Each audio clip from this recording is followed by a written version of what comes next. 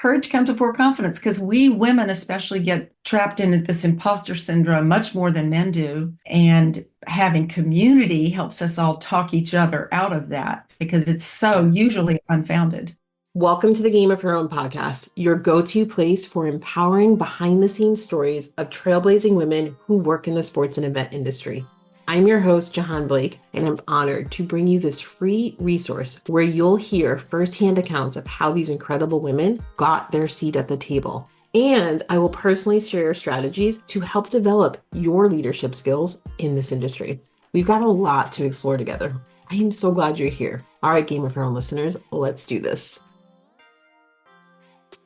Marilou McFarlane, you are the CEO and founder of Women in Sports Tech, also known as WIST. Welcome to the Game of Her Own podcast. I'm so glad you're here. Thank you so much for having me. What an honor. I'm a big fan of the work that you do, and it's going to hopefully be a really nice conversation. Thanks for having me. It will be. You have so much to share. So I'm excited to just pick your brain and have everybody learn from you. Before we dive in, I want to ask, what's one piece of advice you wish you received earlier in your career? It depends how much earlier. The industry that I'm in now, sports tech, did not exist the beginning of my career. And I would say that I wish that I had had more courage in terms of building community. I now know about myself that courage comes before confidence. And I was kind of living the experiences, right, that led to the community building and work that I do now. So the advice I would give myself is, even though some of these situations and experiences are not terribly positive, what it was doing was fueling my fire, and I was learning how to be a better friend, how to be a better mentor. And I wish that I had understood that failure or rejection, in my case, talking to many, many venture capitalists over the years, it just fuels your fire because there are inequities that exist. And as soon as you can recognize that some of the failures or rejection is not you or the work that you do, but just the environment and some biases that people have, I do wish that I could have started my work earlier, but the time is right. Like, I think we were kind of in the right place at the right time with a lot of the work that we've done. So long answer, but I do wish I had just followed my heart and my courage a little bit earlier. Yeah, I'm sure that's a regret that a lot of us have. I know that I do. And it's funny, you speak of community, but same thing. Like, why didn't I start all this earlier? And there's a whole host of reasons I can give, but this is about you, not me today. I love what you said. Courage comes before confidence. Can you talk more about that?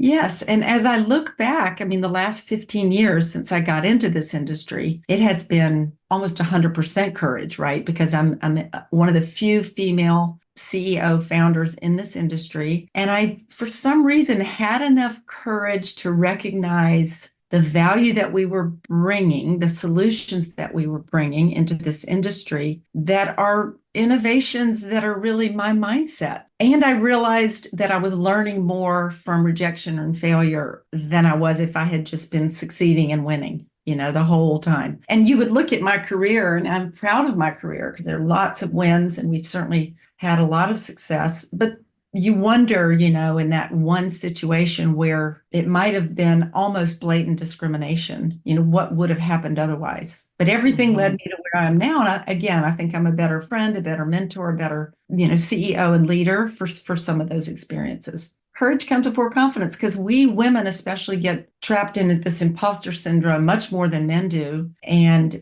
having community helps us all talk each other out of that because it's so usually unfounded. Mm-hmm. Yes. Yeah. It's unfounded. And yes, just talking about it, like sometimes you talk yourself out of it too. I know I do when I talk to my therapist. Like I'm all of a sudden I'm like, oh, she didn't say a word. I just literally just kept talking. And I was like, oh, I just talked myself out of it, huh?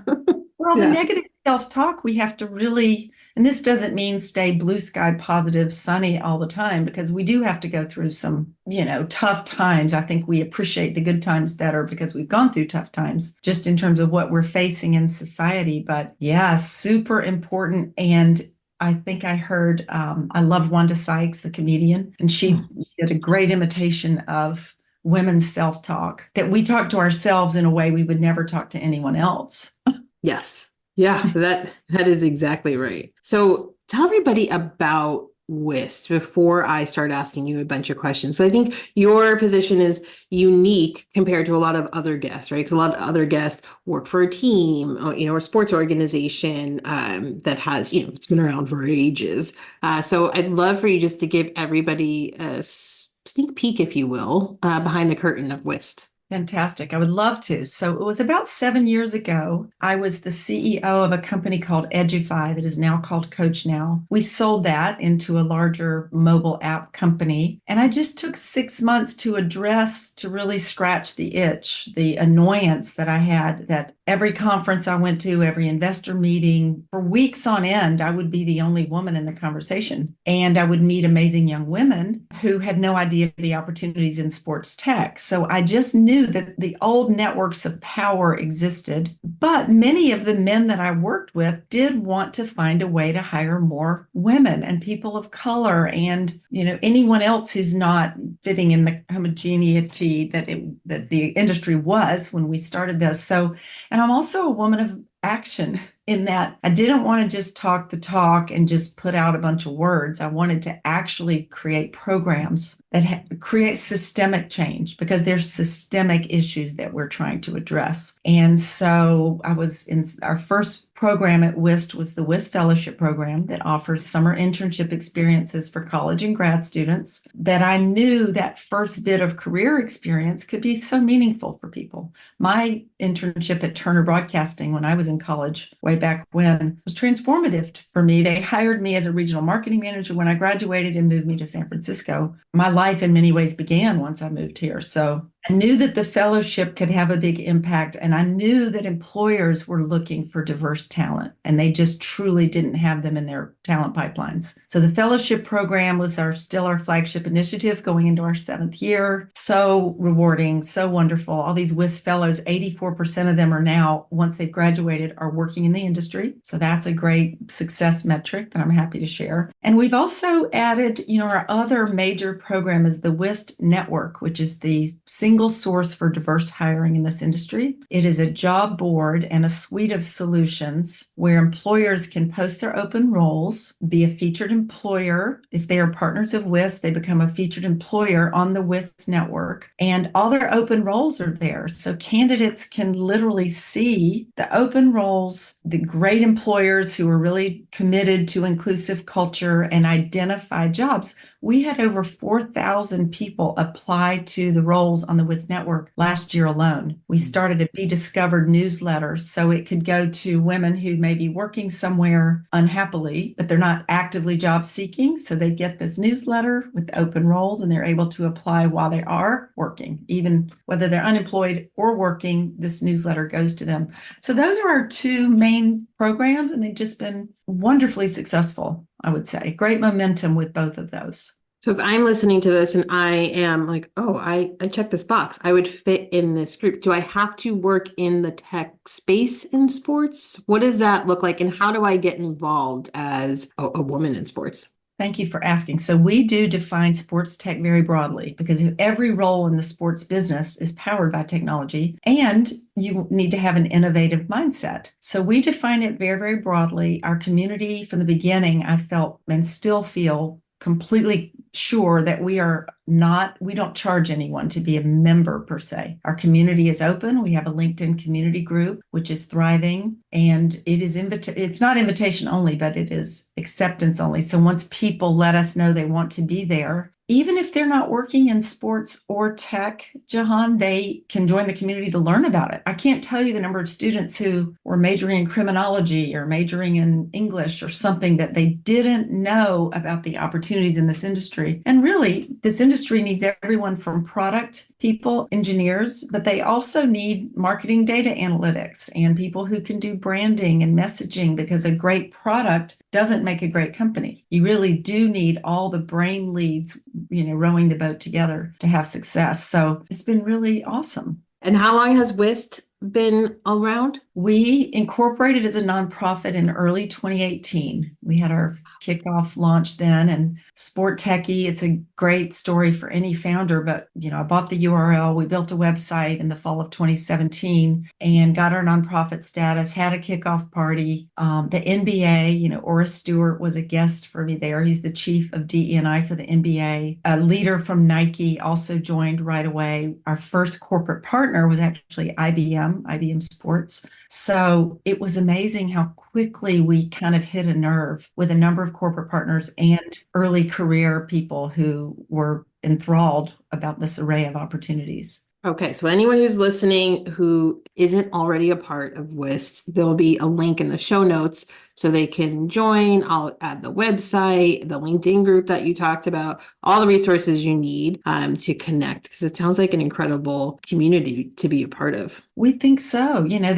I'm a kind of a disciple of Adam Grant's, and he talks about, and I'm devoted to more than just the opportunities, offering opportunities, but also providing what he calls scaffolding, the support system to take advantage of the opportunities and to weather, if you, as you and I talked, if you do find yourself the lonely only on this team of all white men, it can be very awkward, even if they're great white men. But there are microaggressions, things that can be said that they don't know could be hurtful or make you feel awkward or uncomfortable. And the wonderful thing about our community is we mentor each other. I mentor so many of our fellows, former fellows. I get as much back from that as I give. And we can talk each other off the ledge. You have to find a sense of humor at a certain point too, to just try to put things in perspective. And I think the community and the support and the scaffolding that we've built is really, really critical to anyone's growth process. So it sounds like to me, DEI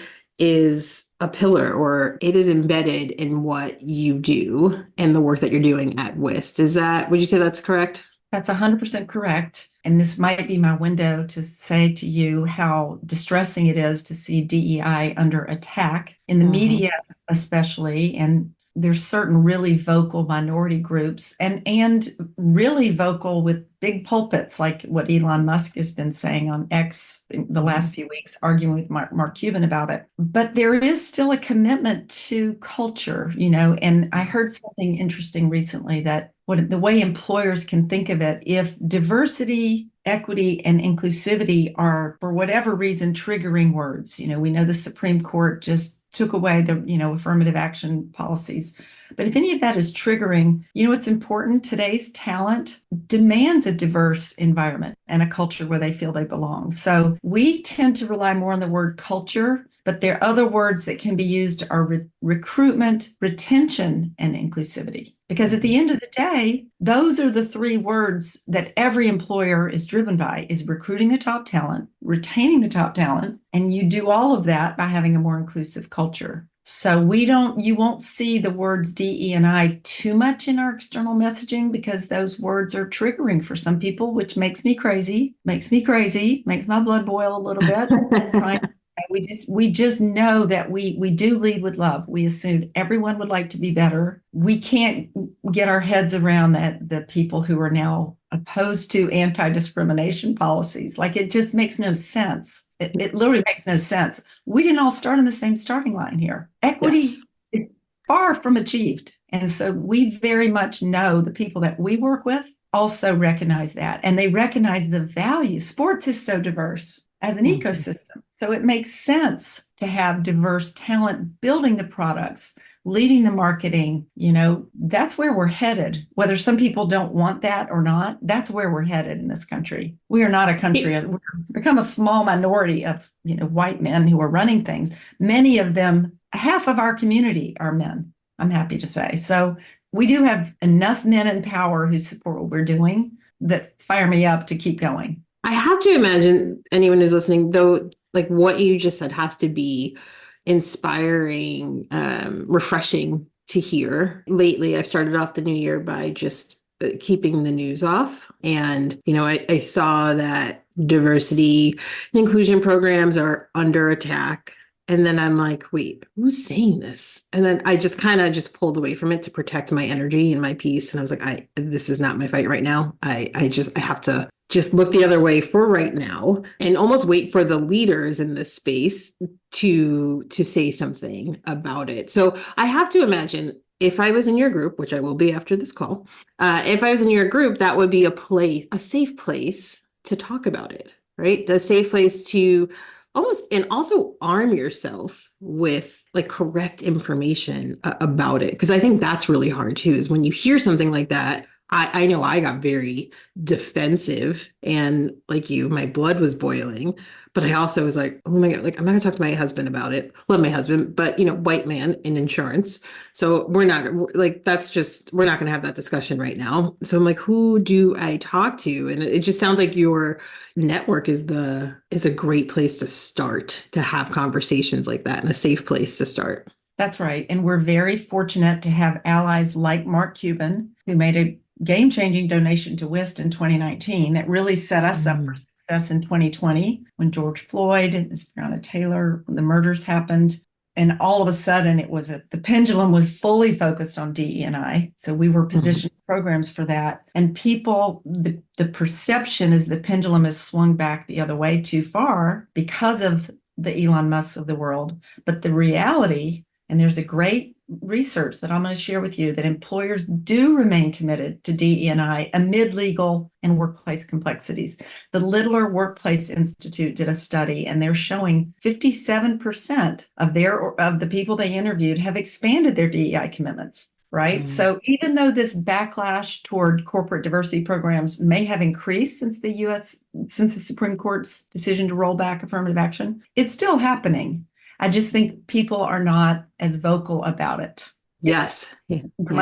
The group that's still committed to it, we're doing the work, but we may not have the pulpit that Mark Cuban has, but we're doing the work. It's happening and people are committed to it, whether they want it to happen or not. Right. We're doing the work and we're going to keep going. And it's almost like heads down, let's just get the work done. Hopefully the Mark Cubans of the world keep talking and hopefully quiet the other voices or drown them out. I mean, you're never going to quiet them, but drown them out for now. So it sounds like, in a year from now, it'll be a different topic, right? But at the end of the day, your group WIST will still be around and supporting those as we, go after what's important to us. I'd love to talk a little bit about, you have an incredible journey, professional journey, and have done some great work. So I just love to hear your experiences in some area. And I guess since we kind of talked about being the only, just starting there and what your experience has been like working in a male dominated industry. And let me just say, as an athlete, my whole life, I've always had no problem competing with boys. Like it was always, I think female athletes, a lot of us have that experience of you've been on teams with guys, I have dear, dear friends that are guys who I run with. And at the end of the day, there are enough good guys out there that when you are in an environment with a man who is leading, and honestly, I view it as insecurity. Right? If they just don't know how to, or they're uninformed or uneducated about how to lead a diverse team, how to avoid the microaggressions, how to be aware of biases. These are things I wish that I had known earlier because I wasn't alone when these experiences as the lonely only on the team. Somehow I got through it with courage, and I did start to develop confidence that I knew that the value that I brought to the table, to the team and to the table. And I loved what I was learning. I love this sports tech industry. So I have been focused on the athlete performance side of the industry, as opposed to, more the sponsor, fan engagement side of the business. I've been on the athlete performance side. And, there's a lot of credibility to my background. Both of my daughters played very high level collegiate soccer and professionally. So some of that garners some respect when you're in that environment. But I'll be honest, and I don't think I've ever said this publicly, but have there been panic? I've literally had panic attacks where I was on a meeting with 20 guys who were good guys, but I just felt my otherness so viscerally. Yes. The otherness is so visceral sometimes that you just lock up. I'm older, I'm a mom. In many cases, not only am I the only woman, I'm the only person that's been over 40 or over 50. I'm the only person who's raised children, who coached children, who've grown up to be amazing adults. So the way I counsel my mentees on this when they're in a really difficult environment is if you're learning, if you know that you're contributing, this can be a step to the next thing you want to do, unless you're being physically harmed or something so egregious sexually or physically in any way, then you definitely got it. But if you're learning and you're growing and the you can see it as just a parlay to the next step in your journey. Don't let, forgive me, but don't let an asshole run you out of a fabulous job that you love doing, that you're good at doing, because then you're getting experience to what you want to look for next time. And I think you also have better antenna about what to look for in your next manager. Yes. Yes. Yeah. And it's funny. I always say, I guess it's not funny, but I've had coaching clients who are, frustrated with, a manager, and it's not necessarily a toxic work environment, but it's on the, it borders. And I'm always like, listen, you don't want to leave until you have a job. And I respect that. So use this as practice. Like you're going to face so many of, insert person's name here. And that's what I always told myself in my career too. I was like, you know what, this is good practice because I won't say names, they're never going to go away. There's going to be some version of them at any organization you go to. I think I told myself that so much that that's why I started my own business because I was like, yeah, I don't want to work with them anymore. It's not worth it to me. We could do a whole podcast on what that does to a person, but if you use it as practice, it makes it easier the next time you have to deal with that person. Oh, that's so good. Use it as practice and just know your value, know your power, and make sure you take care of yourself and get out and do. I've heard someone describe it as the hour of power. For me to run or swim or do whatever that I do to take care of myself and my own health and wellness, eating well, making sure you exercise, get enough sleep. All of those things help to just shore you up to kind of keep in perspective when you have a super insecure manager who's treating you terribly for no reason whatsoever. It reminds me do you know the difference in culture and climate? No. I learned this from a fabulous guy who was on our board for years, but inside Nike, this is where I got this. So that the culture may be set at the top and there are words on the website and commitment to culture and inclusivity all over the website. But at the end of the day, the climate is established by your immediate manager. And I left a job in media. My first half of my career was at CBS, and I left a job because two horrible men came in, disrupted the whole Zen juju success that our team had had. And I left there, and I'm glad I did, actually. But they got fired, within months. So the other thing to remember is this person that you're working for may be temporary. You do not know. Yes. Yes. Yeah, that's exactly right. Can you wait them out? I had a mentor used to tell me, just wait them out, collect your paycheck, do what you need to do, protect your peace, but wait them out and see what happens. You never know until you find the right move. That's right. Yeah. Now there are levels that people can tolerate. I think that by working in this environment, we automatically kind of develop a thicker skin and a radar that you can tell almost immediately if you're speaking to a man who is very self-important. I say they confuse themselves with fully important person. He's confused. He thinks he's a very important person. Great. So I'm just going to let him talk about himself and I'm going to move on. But then I know this is probably not someone that I'm going to want to spend a lot of time with. And you just have a thick skin and you have your community to talk with. That's the other thing, kind of like the leaders who are not leading well, people know who they are and people will not want to work for them. Yes, and that's okay. And there is something freeing and empowering about saying no to working with a leader that they haven't reached let's just say they haven't reached their full potential yet, right? But they're not for me right now, right? Like sometimes it's just, I don't know what they're going through and I hope they find what they need to, but I don't want to be trampled by them, if you will. It's okay to say no, that you don't want to work with somebody. As I've, gotten older and now that I'm in my 40s, it's just so easy for me to say no to an opportunity and have no regret. Like I just recently did, and I was like, that was the right move for so many reasons. And I've moved on, and that was easy. But before, it's like, I have to take this opportunity. It's like that scarcity mindset. I have to take this opportunity. I have to work for this department, right? Because you're afraid that that opportunity won't come again. Yes, and then you have tough decisions. Like you decide, is this in a place?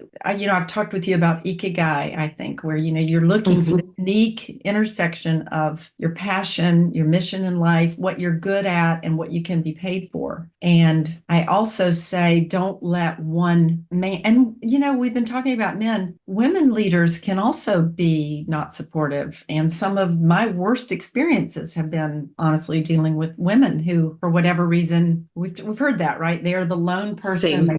They can't support anybody else to come along because they're the one. They're the one. Yes. Yes. So that's important because it can be men or women who are not leading inclusivity and making you feel you belong. And at the same time, you don't want to not take an opportunity if it's a business and a solution that you're so passionate about. It's in your wheelhouse. You're going to be good at it. You're going to learn a bunch. Can you endure? Because now, and then to that same point, I do a lot of advising and mentoring for female founders of startups. Incredible discrimination still exists in the venture capital ecosystem. And now there are enough really good VCs out there that we can tell the founder, when you bring this investor into your cap table, they're in your business's family for life. Like, so you have to be Yeah. super thoughtful about who you bring in.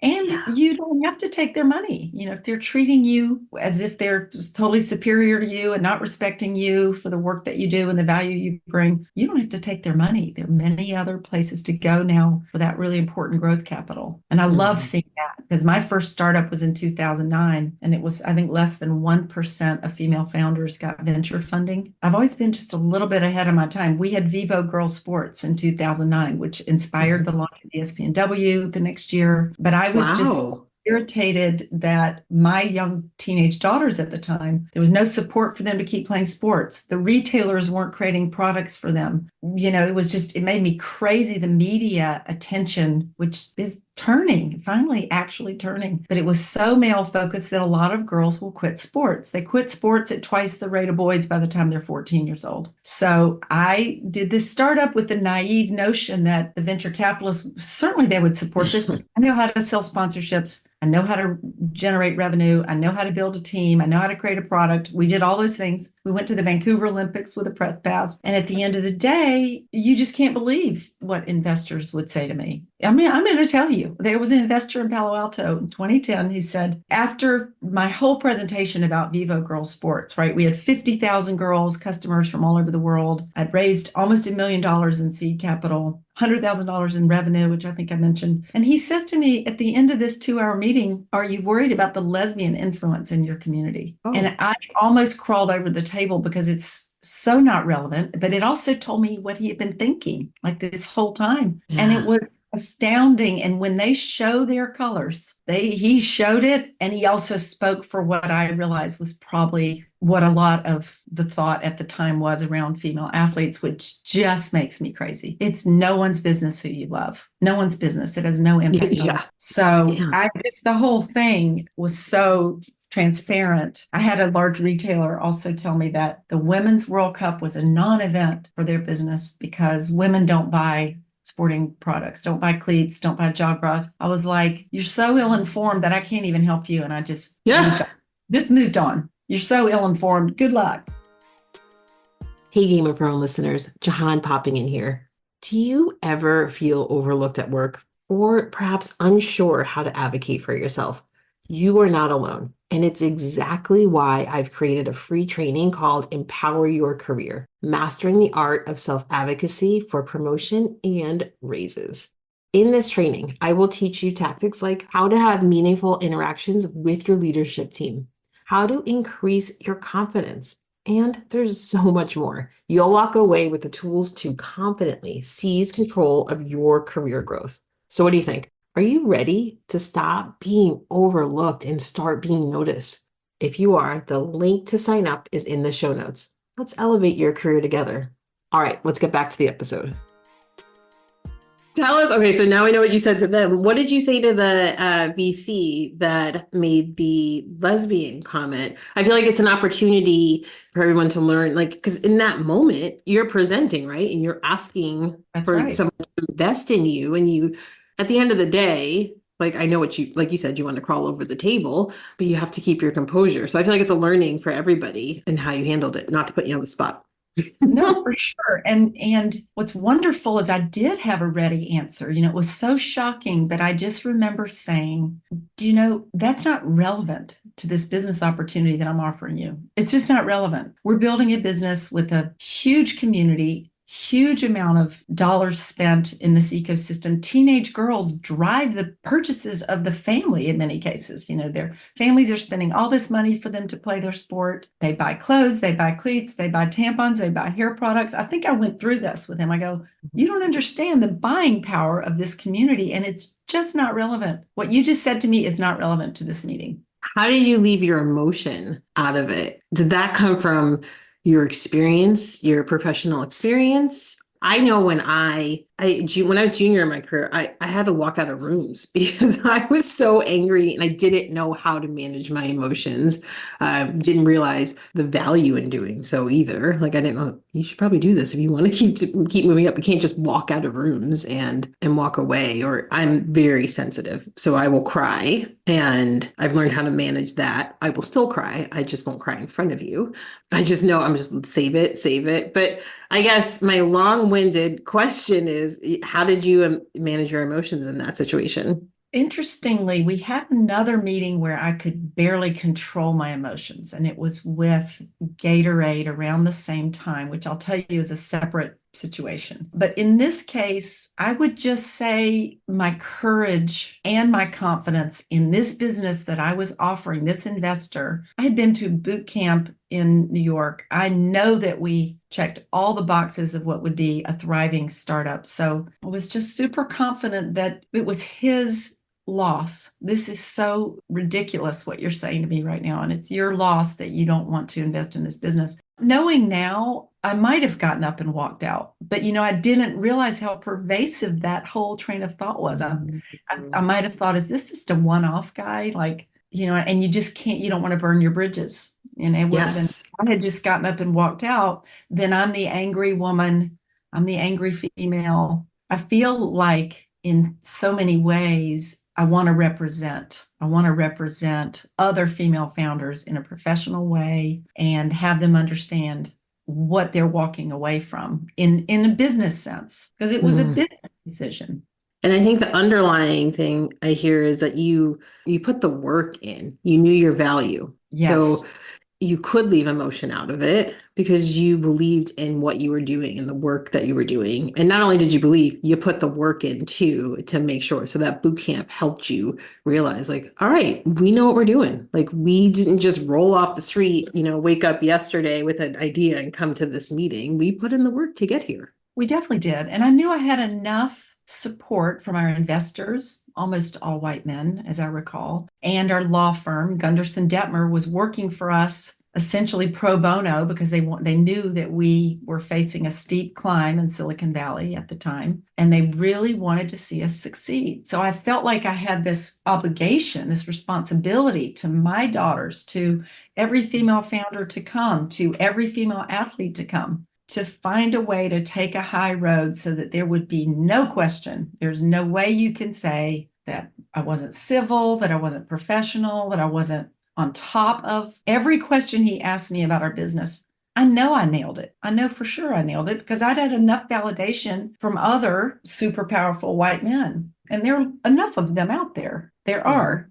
We just Mm-hmm. need them to be more vocal and Mm. supportive. And they are. And WIST helps them. We give them a platform. We'll do, as part of our content, we have something called WIST Presents. And one of our topics is culture matters. And I interview leaders, not interview, moderate a panel with Mm-hmm. leaders who are very much committed to culture, who acknowledge their past mistakes. The best leaders are vulnerable and they Mm. acknowledge their past mistakes. Mark Gainey was a guest on one of the panels that I did. He's the founder and board chair, I believe, of Strava. And he straight up says, I look back at the pictures of our founding team at Strava, all his white male buddies, and he's mortified. He's like, we were leaving innovative thought and diversity on the table. Like, you're not going to innovate anything if you're just a bunch of people agreeing with each other without different lived experiences. Yeah. That's where innovation comes, is bringing all the lived experiences together.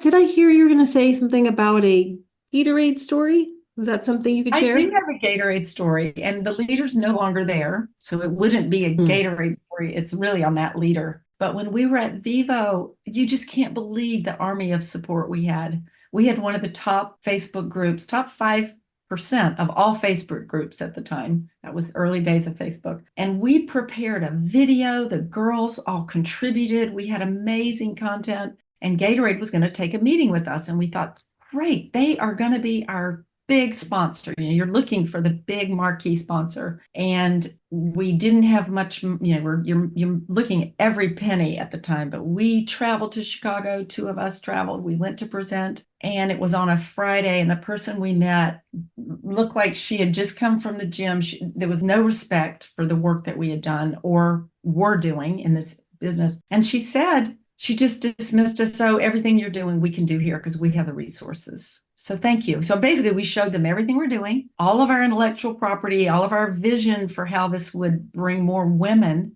keep girls playing sport, achieve our mission. And she just dismissed us. And I could almost not get out of the room before I was crying. And we got out to the hall, and I cried in a professional setting. I don't find myself crying very often, but I cried from the minute we left in the taxi the whole way back to the airport, because I had this whole community of people who were so rooting for us. And they love Gatorade. Like, it would have been such a home run.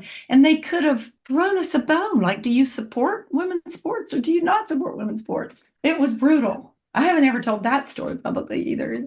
That's okay. She's no longer there. No one will know who it was, but wow. Yes. And then, it's cool. It's full circle. When we founded WIST in 2017, early 2018, I went to CES with a press release and a website and a nonprofit status. And nice. One of our first board members was Xavi Cortadelis, who's a big executive at Gatorade, and he supported us. So isn't that great? I love that. I love that. I think I cut you off. That he supported you for how long? He was on our board for our first 3 years, I think. I mean, it was fantastic. I love that. And that brings up, I was going to say, you know what? When that does happen, it's not the whole brand, right? So when you do meet with somebody, you have to differentiate between, is this the brand or just this person? Well, back to climate, right? Yes, yes. Meet, not the culture of the organization, but how important every manager understands this culture and lives it. And that's hard to do. It really is hard to do. And it's a good reminder that you need to speak up,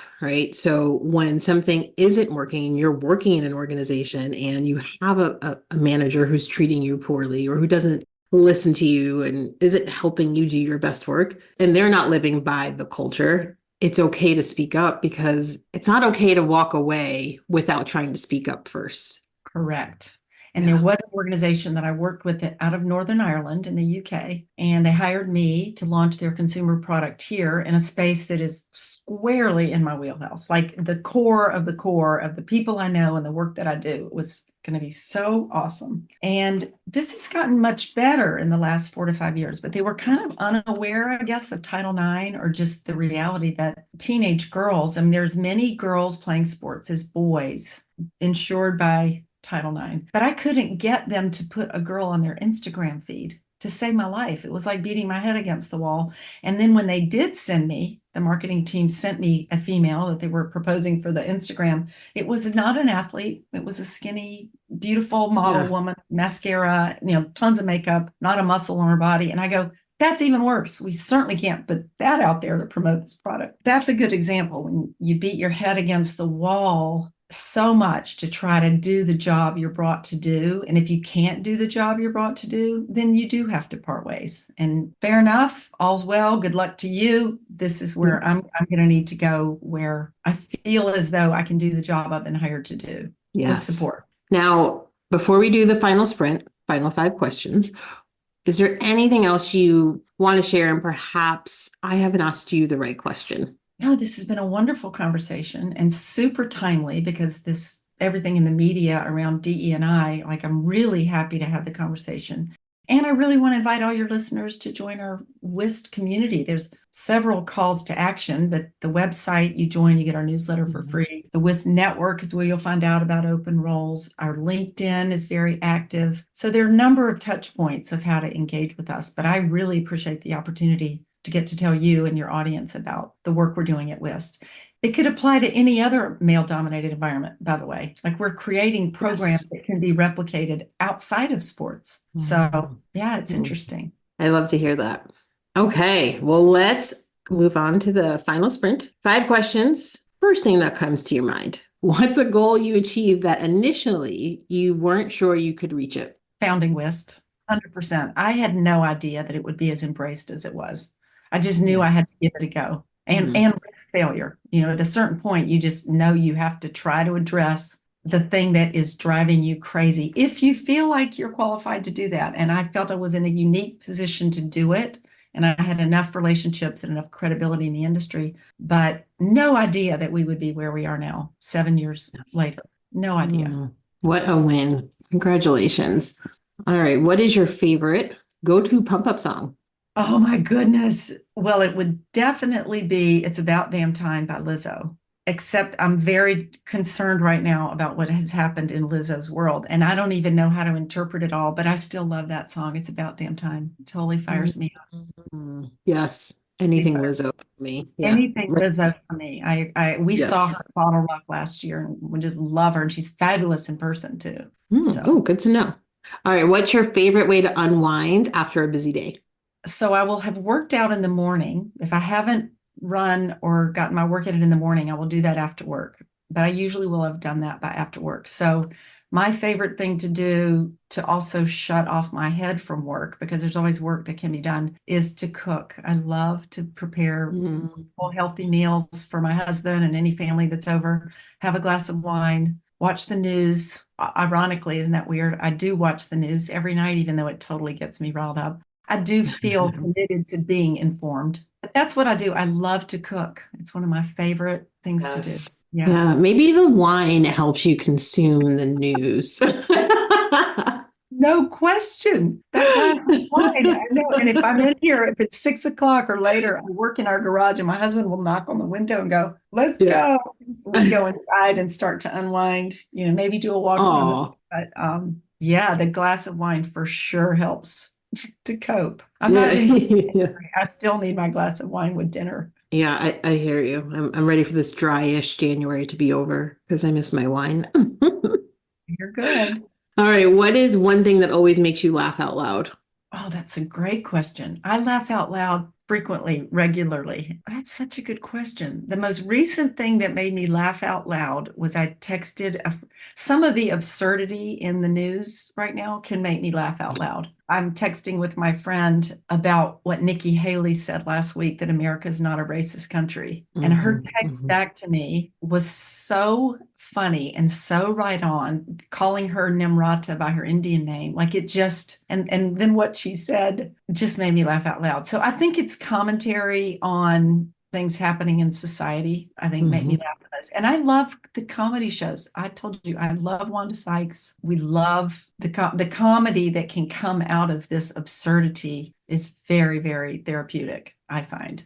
And laughing is very therapeutic. My husband is very funny. We laugh a lot in our family. So it's so important. Yeah, I love that. All right, last one. Name one woman in sports who inspires you, and please share why. May I say 2, please?